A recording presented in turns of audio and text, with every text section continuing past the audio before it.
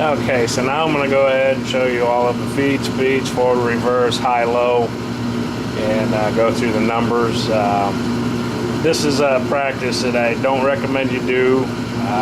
It's never a good idea to change speeds. I've got it on a low speed so that you can still see the shafts turn down here, but it's not jamming anything in the gear.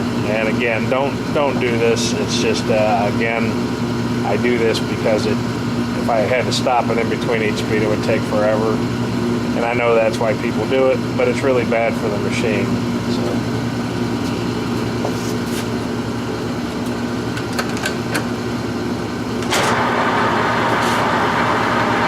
So you got it low, high. You see the bar feed, low and high, forward and reverse.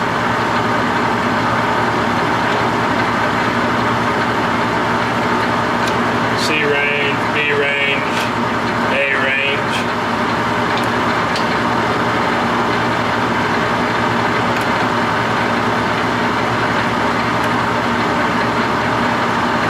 This is R, S, and T. It was in T, now it's in R, S, T. Now you can see both the screw and the lead are turning at the same time. It's in number 1. Alright, so now you can see it's in number 1, 2,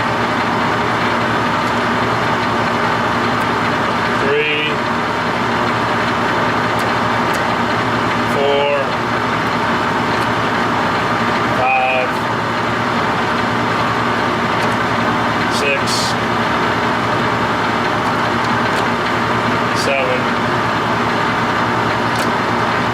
and 8. So that is all of the feed speeds. Z, Y, X, and W. So that's going to conclude this. I'm going to go ahead and show you the readout working while I've got this video running, since it's kind of a short video. I'm going to put it in feed.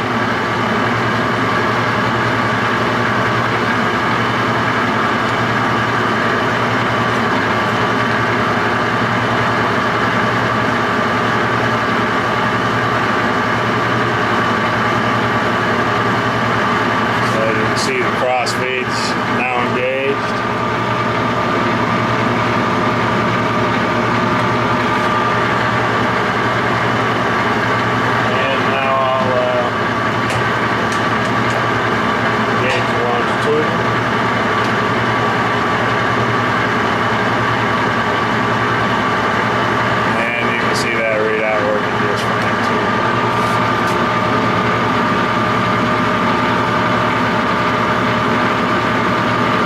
Slow feed, I can turn it up a little bit higher.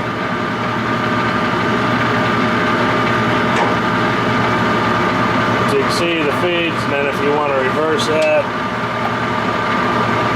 you can reverse it at the apron, which is kind of a nice option. A lot of lathes don't have the ability to reverse your feed at the apron. Claus and Colchester does.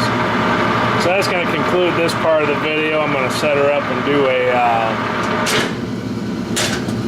some cuts with this machine. I'm going to do a face cut and a longitudinal cut along this piece just so you can see it peel some chips.